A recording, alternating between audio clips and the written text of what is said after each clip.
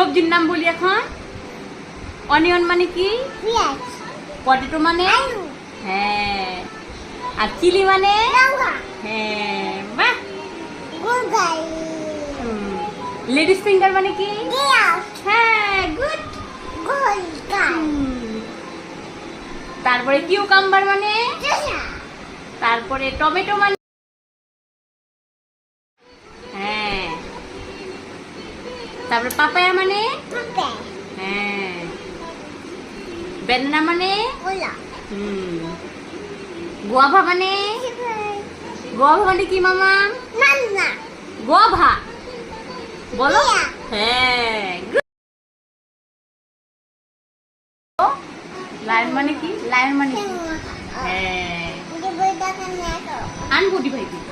Tiger মানে?